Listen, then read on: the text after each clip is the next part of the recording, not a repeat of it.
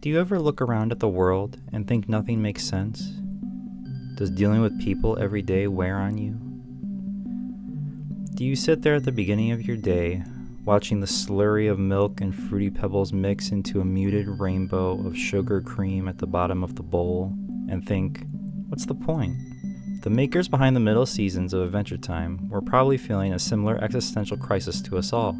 Take a look at how preposterous the insight of Adventure Time is. The world itself is the reclaimed husk of a long bombed out and forgotten human civilization. Characters and stories are mashed and mixed concepts of simple childlike interest with depthful concepts beyond the understanding of a young human. But is that so different than how we engage with our current world? Can anyone claim that they live a totally normal life, devoid of any aberrant occurrences? Who could even judge that? Who would someone like that be to say what is and is not typical in a situation? All media can be used to judge what the time they were written in was like. Adventure Time, when it was being written in the 2010s, was a reflection of the rise of absurdity in the culture. The first two seasons cultivated an energy to them that was not unsimilar to the trends of cartoons at the time. Gross out close-ups, sugar rush energy, the random humor. We went over this all last time. But with the airing of Season 3 and going forward, the show itself would take a much different tone. I can punch all your buns. If you're an evil witch, I will punch you for fun. Hey, there you are. From now on, we will be dealing with adolescent romance, learning deeper truths about the worlds around them, no longer blinded by the blissful ignorance of youth. It's time for Finn and the show to grow up a little. But is it possible to take the world of Ooh seriously?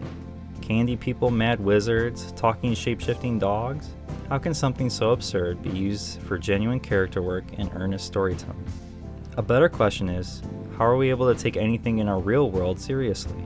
The 2010s was the first time in human history that information from anywhere on the globe was widely available to view and see. Endless information, endless strife from anywhere bombarding you, begging you to care.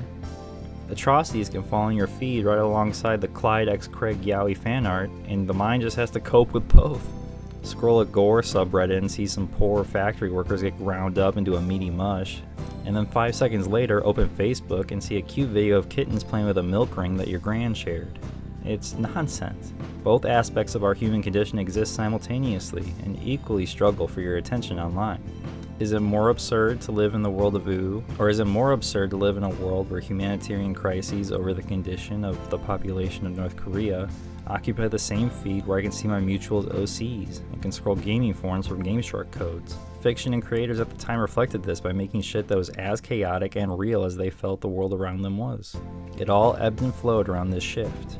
Audiences were no longer accepting the artifice that was plastered all over mainstream programming. Sitcoms were no longer earnest, late-night shows were no longer genuine, comedy shows were no longer the funniest thing they could find to watch, and kids shows no longer held a sole audience of children. The veneer of belief in popular media was broken. In response, many new shows and videos online were looking to challenge the status quo. Community and Always Sunny in Philadelphia lampooned the traditional sitcom formula and actively defied the usual stories those shows would tell. Afternoon, everybody. Hey! What's going on, Mr. Peterson? Let's talk about what's going in, Mr. Peterson. Some people say it's better than busting a nut. Excuse me? Busting a nut. It's like, blowing your load. Oh. He said it was a funny joke. Well, hold on. Yeah. The Eric Andre Show made the usual warm and welcoming late-night show into a hostile bombardment upon the guests and audience. Don't Hug Me, I'm Scared, an online show, turned the usual child puppet programming into a gore-filled nightmare. A large subsect of people were no longer engaging in traditional media. After seeing the large breadth of content online, both benign and incendiary, how could you engage earnestly with the world anymore? Endless information, all at your fingertips, with the belief that you can pick and choose what you see, it causes audience members to be hyper-aware of the endless amount of chaos in our real world.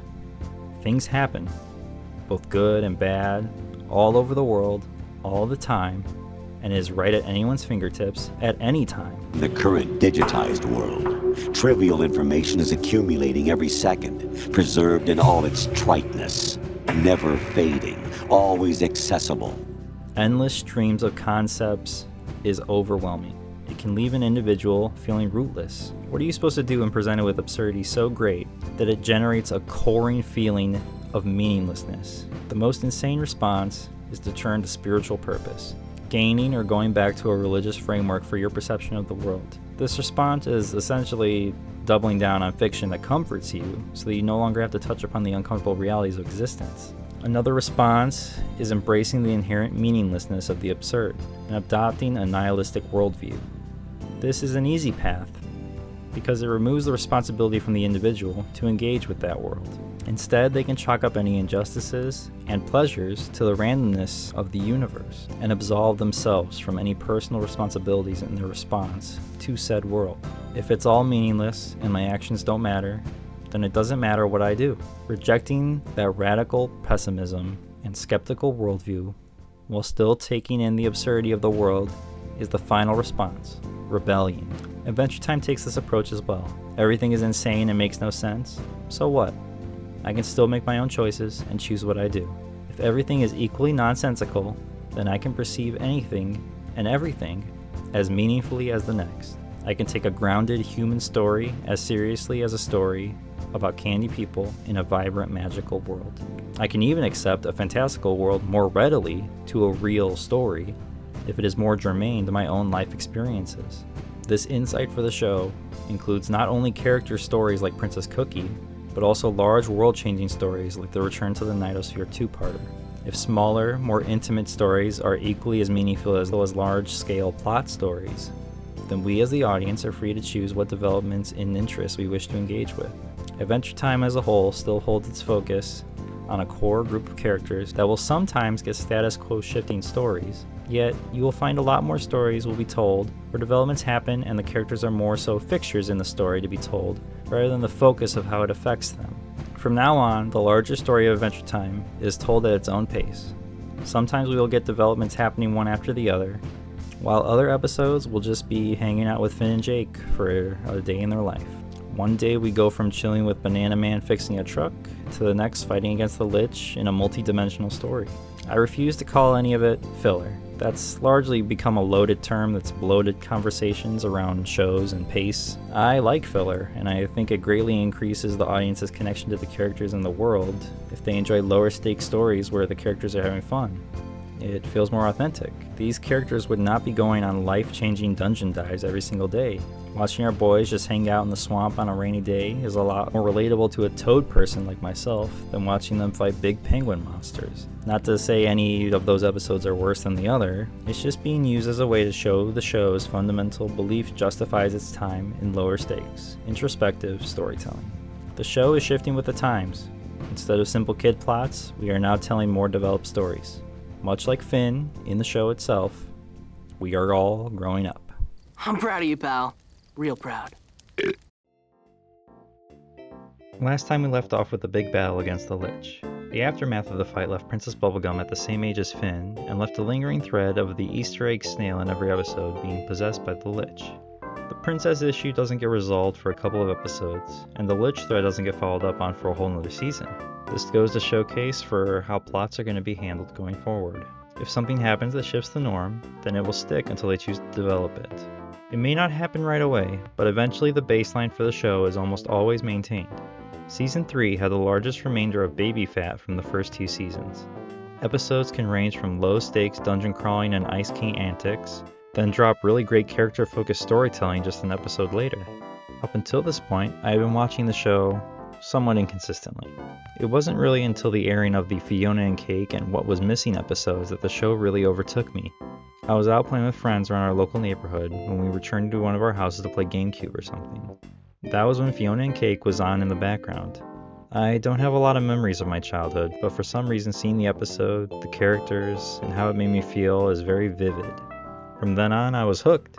I would draw the characters, search Google Images and Tumblr to download fan art, buy merch, follow the creators behind the show. I wanted to know everything I could get. It's funny I bring all that up because the Fiona and Cake episode itself was a product of that sort of fan response. We spoke in the last video how talented and brimming with ideas the production staff for the show was. The culture on the show's staff was that if you had a really good headcanon or concept, don't be afraid to bring it up.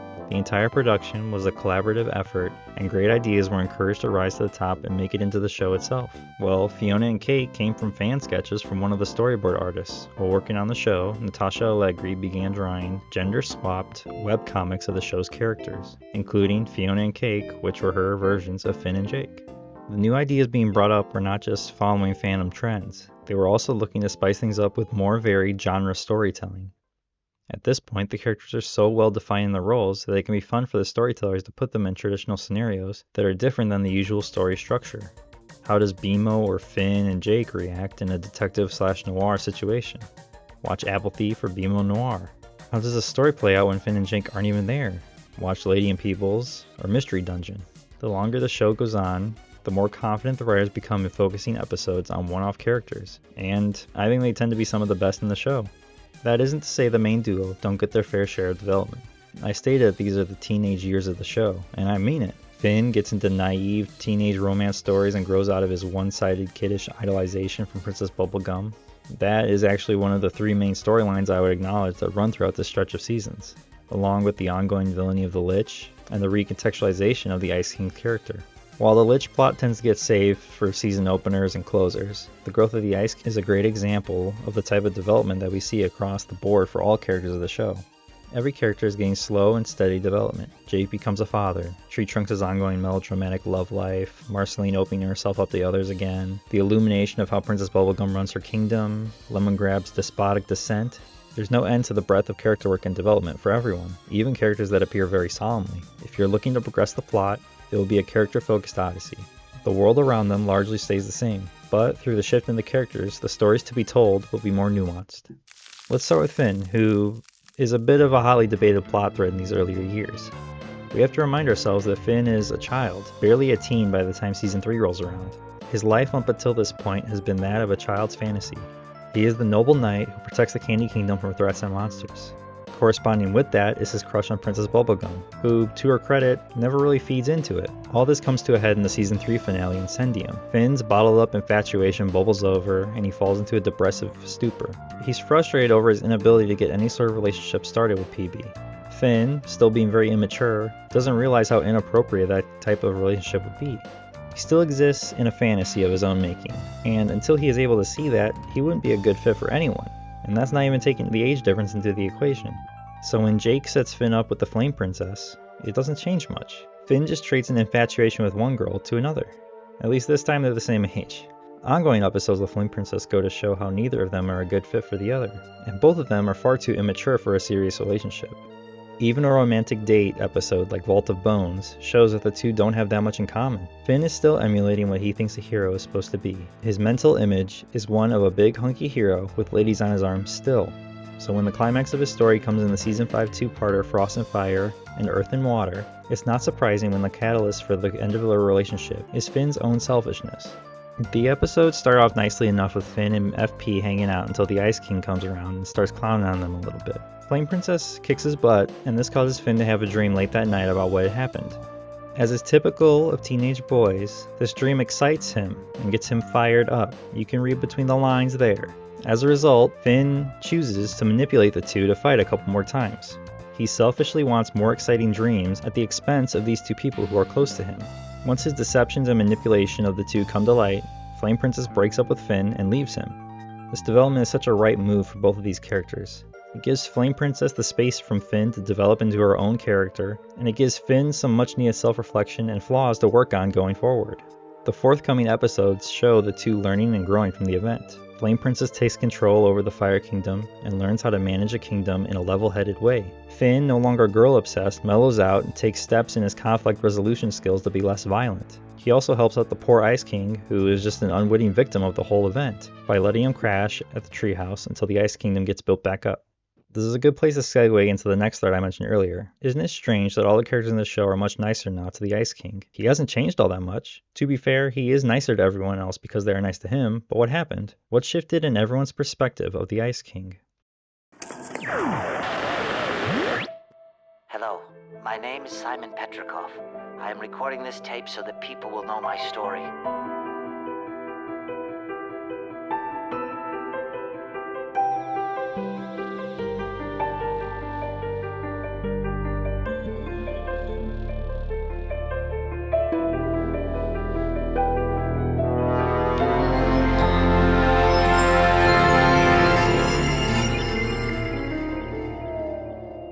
In the Season 3 two-parter Holly Jolly Secrets, there's a massive lore bomb dropped on the show in the form of the Ice King's backstory. In a tragic reveal, it is shown that the Ice King was not always the frosty donkus that we know him as. Nearly over 1,000 years ago, he was a normal human. During his work as an antiquarian, Simon Petrikov came across the Ice Crown, which began influencing his mind until he lost all sense of himself to the Ice Wizard personality. This reveal can be a bit of a splash of water in the face of the show's audience. The reveal recontextualizes the Ice King's whole character. He has always had a sympathetic side to him, being so socially inept and craving companionship. But this adds another layer to his condition that affects any interaction with other characters. From this point on, characters largely treat the Ice King more warmly. He still has his moments where he's a jerk, but largely the main gang is no longer opposed to hanging out and doing stuff with him. Finn and Jake even begin calling him Simon on occasion. We stated in the last episode that the finale conflict with the Lich was the most explicit the show has been in showing the setting of Ooh being a post-apocalypse, but Simon's story with Marceline is actually set during the fall of human civilization. Zombies, radioactive waste. It's all such a fantastic way to not only build the characters, but also uniquely capitalize on the strengths of the world. Both Marcy and Simon with the Crown are effectively immortal, thus it makes sense for these two to have crossed paths in the past.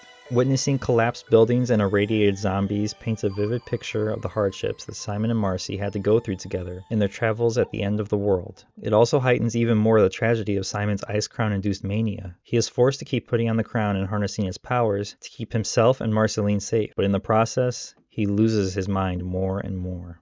Big kudos to the whole crew for the idea to do this, but specifically Cole Sanchez and Rebecca Sugar for storyboarding the episode I Remember You. This episode is a nuke of emotions for anyone following the stories of the characters, and is infamous for how it tugs on the heartstrings of the audience. This time in the show was so pivotal to the voice and identity of it. Storytellers like Adam Muto, Rebecca Sugar, and Tom Herpinch were inventing connections and expansions for all the characters and stories that had previously been separated by the episodic nature of the show. Not only working the world, but also the atmosphere and vibe of what an Adventure Time story is now, as the show has grown past its childish roots. Herpinch and Steve Wolfhard, frequent collaborators, have a certain feeling to their episodes and boards that make it recognizable to me on a watch. Oh, this is a Tom and Steve episode. Blasé plots and fun romps define their work most, and they feel the most classic an Adventure Time episode can be. Rebecca Sugar would always take a very saccharine and dynamic approach to character work and develop them in ways that might be considered overly dramatic and angsty to some, but to me it feels just right in such a heightened world. They weren't afraid to get messy and tap into the teenage angst that the target audience was feeling as well. Also, their gift of songwriting is such a massive contribution to not only that story, but to the musical identity of the show as well. Sugar provided such a great direction for the show that they even continued that momentum into making a show of their own. And I too hope to cover that after I'm done with this Adventure Time series. Speaking of show direction, Adam Muto was advancing into a more forefront position himself in the development of the show. Around the latter half of Season 5, Pendleton Ward took a step back as showrunner for his mental health. He was still a creative at heart, so he was still involved in the show, but didn't want the pressure of having to manage so many people and things at the same time. Put it simply, the whole thing was overwhelming for him. I'm sure fellow introverts can relate. The show had grown into a household name. It wasn't just kids watching the show, it was teens, college students, and adults who were appreciating the wide breadth of stories that were being told in the world of Ooh. And while Penn largely gets the lion's share of the credit for the show, he was not the sole voice that made it what it was. Adam Muto was with the show since the beginning, and has become the head honcho following the departure of Penn. The announcement wasn't until during the airing of Season 5, but you can kind of feel the shift in priorities begin with the Season 4 finale. You see, Muto is a bit more interested in the metaphysical than Penn was. He was not afraid to bring up abstract concepts in a kid's show, so prophetic cosmic dream owls and wish-granting Euclidean entities are able to slot into Adventure Time's revolving door of characters just as well as a banana guard. Many years before the superhero genre made it a common concept, Adventure Time delved into alternate universes. The three-parter covering the end of Season 4 and the beginning of Season 5 is a highlight for a lot of viewers. It was novel and interesting to see how such small decisions can have universe-altering consequences. Everything and everyone in the farm world is different. Additionally, since it's an alternate timeline, they will take large story swings with these minimal consequences. Most of these large, heady concepts can be attributed to Muto's sensibilities. He is interested in our place in the wider universe, and yet at the same time, he doesn't let its vastness overwhelm the audience. But let's not get ahead of ourselves here. Most of these concepts will be the focus of the Season 6 video.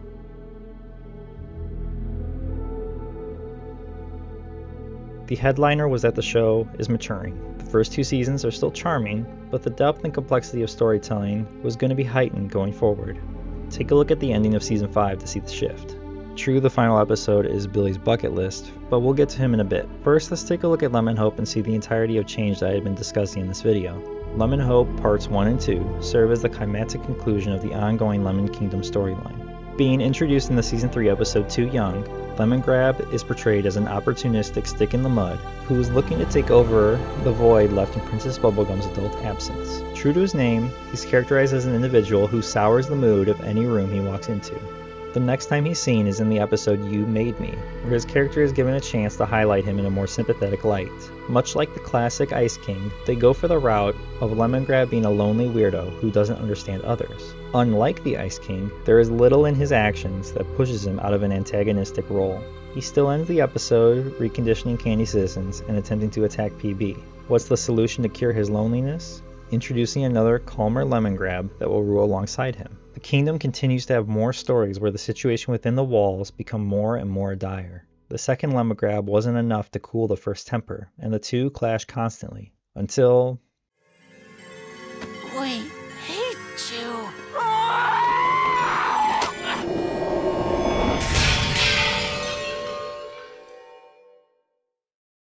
Only one.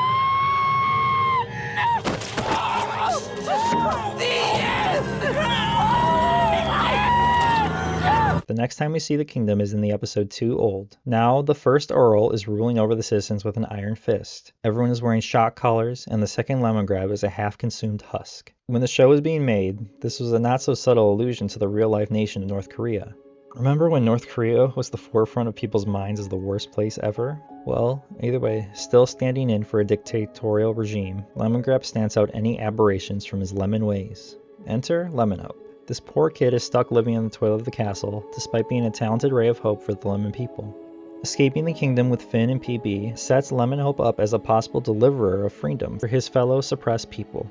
This is what sets the conclusion of this story apart from the previous fare that Adventure Time would conclude a season with. Before, it's always focused on our main two duo of Finn and Jake.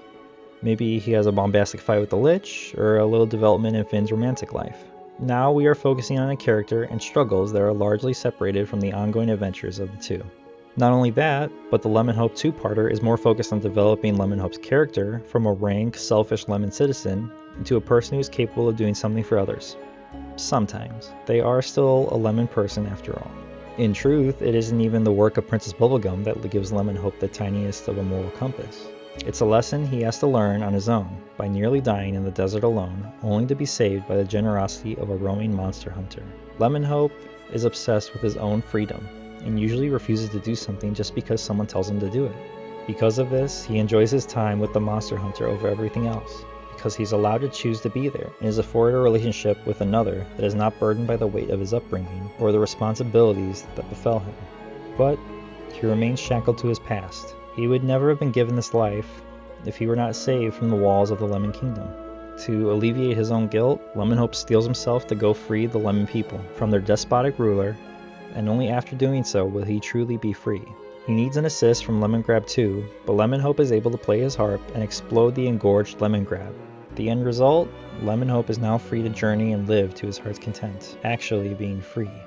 As stated, the series took what may have been a fairly standard storm the castle, fight some enemies story, and made it focus on a character's internal journey to get to that point instead. It hardly even focused on their adventuring pair.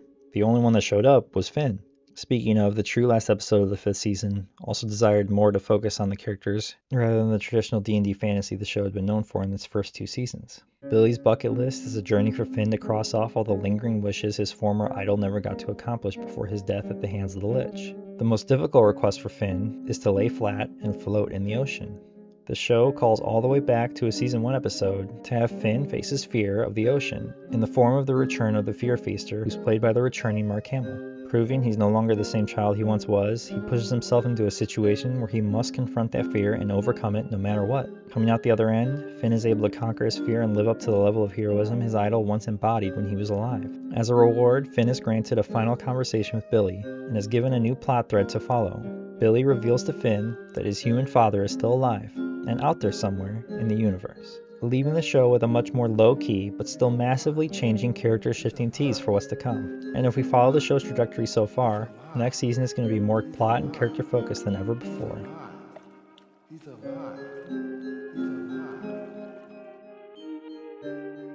Thanks for watching. I'm working to get more of these out quicker, hopefully, but the next one is going to be all about Season 6 and only Season 6. I'm hoping to have it done, but it takes a lot longer to make videos than I originally thought it would. Pizza!